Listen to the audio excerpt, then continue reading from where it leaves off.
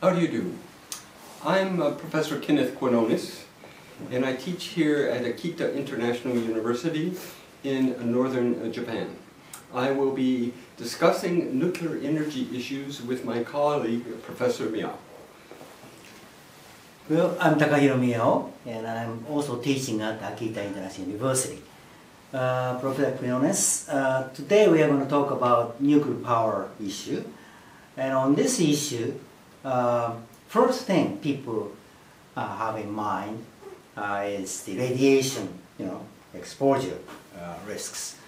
Many people are really concerned about the radiation problem, and not just Japanese but also the foreign observers. In fact, they are so concerned that they are now gone anti-nuclear, saying that we should get rid of all the nuclear power facilities and the related things. On the other hand, some other people are saying that that may be a little bit of overreaction. So how would you respond to this kind of controversy? Well, I think it's quite understandable and natural that people would be very concerned about radiation because, after all, their health is so important. Everybody does want to protect their health. My experience with radiation actually began many years ago in 1964 when I first visited Hiroshima. And I must admit, I was a little worried. After all, I was afraid there might still be radiation. I found no. I worked in North Korea's nuclear reactor research facility for many months in the 1990s as a U.S. diplomat. And again, I began to learn about radiation. And in this case, Fukushima and Chernobyl and so forth, what we now know from scientific studies conducted by the United Nations and by the US and Japanese governments is that radiation is not the main problem.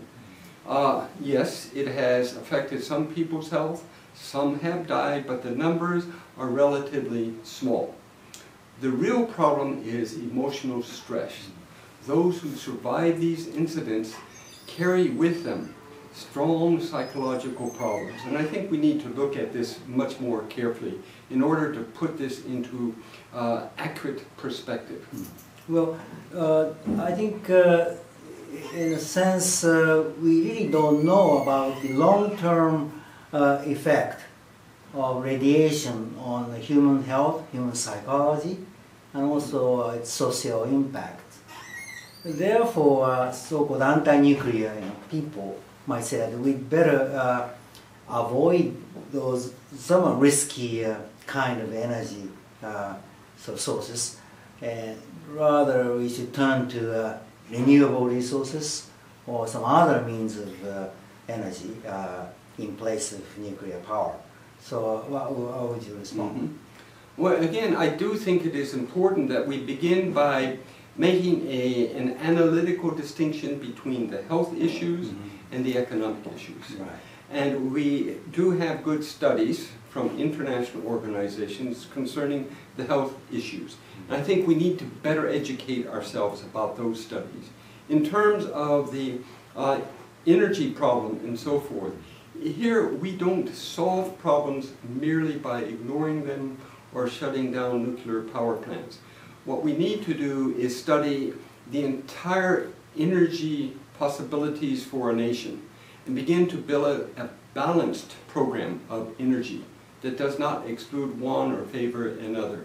And again, this should be done in terms of risk, economics, and concerns about health. And only if we approach it in a rational manner do I think we can come up with a sensible solution. Yes, I think balanced approach is important, but exactly for that reason, some people are saying that now it's time to emphasize development of renewable resource development like solar, water, and so on, rather than maintaining this rather risky nuclear power development to have a balanced development. So, so what would you respond?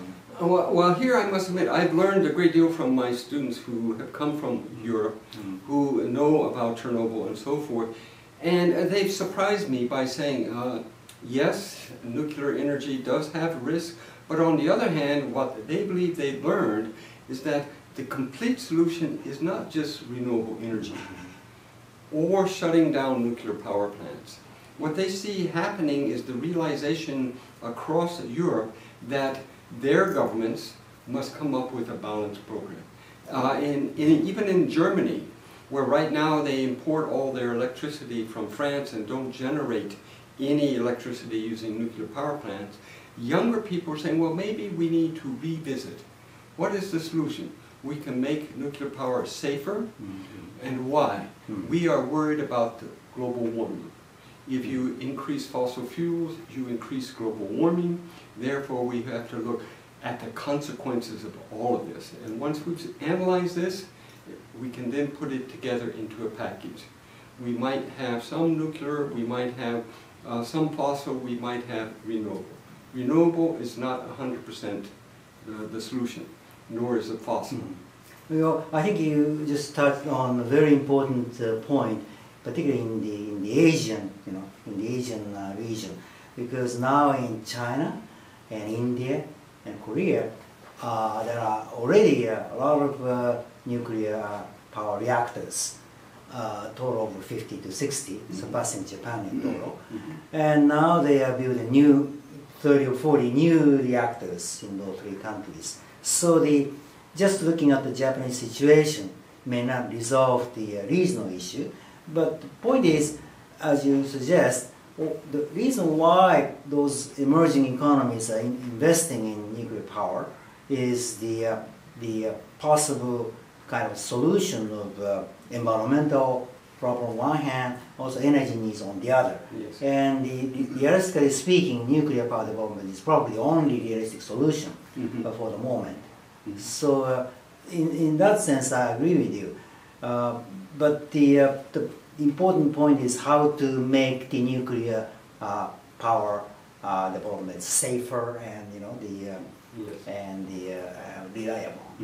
So well, is it getting better these days? Well, that's what we're now beginning to realize, I think. We're not yet fully understanding all of these, but there is a global realization now that global warming threatens all of humanity. And we need to be most concerned about that. And we see that here in Asia, particularly in China, where coal is the biggest fuel.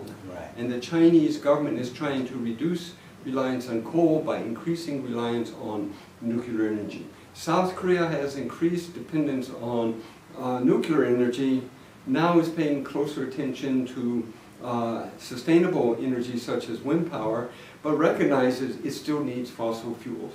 And I think what happened here in Japan, it was the Fukushima shock. Right, exactly right. Everybody had the expectation they had found a solution, nuclear energy. Then Fukushima and the reverse shock, no more nuclear energy. I think now what we're beginning to realize is Japan is looking at its neighbors, and for Japan the first priority is let's save the environment. That's evident from the Kyoto Protocol negotiations. Secondly, you have to make nuclear reactors safer. Totally possible. That's right, yeah.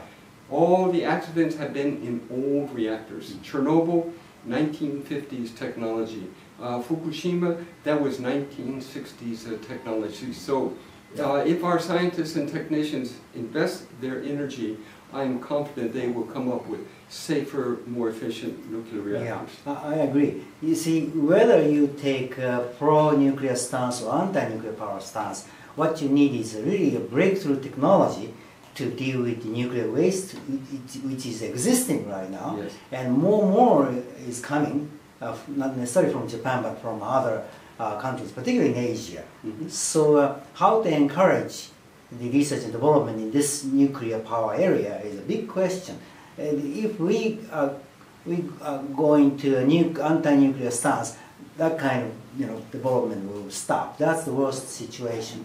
So how to reconcile the development of nuclear technology while shifting the energy into a more balanced the mix is a big question. Do you suggest any real trends in that direction?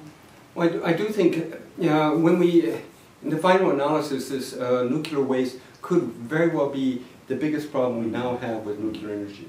I think we can deal with the health concerns. We can improve the safety of the nuclear reactors.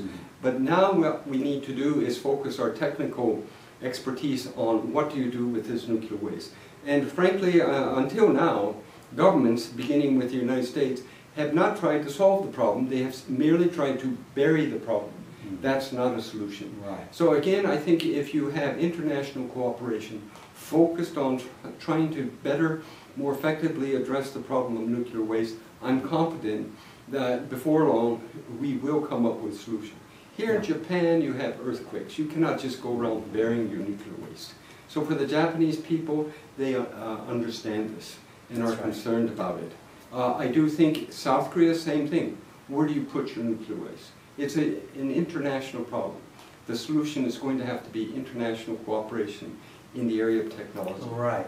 You see, Japan has been known as a leader in a peaceful use of nuclear power, while not possessing nuclear weapons and supporting nuclear proliferation treaty. So Japan should continue this path to further develop the technology and know-how and expertise to deal with the existing issues of the nuclear problem after learning a lot from the Fukushima accidents. So we, I guess, agree fully on this point. Yes. Okay. All right. Thank you for a good discussion. Thank you.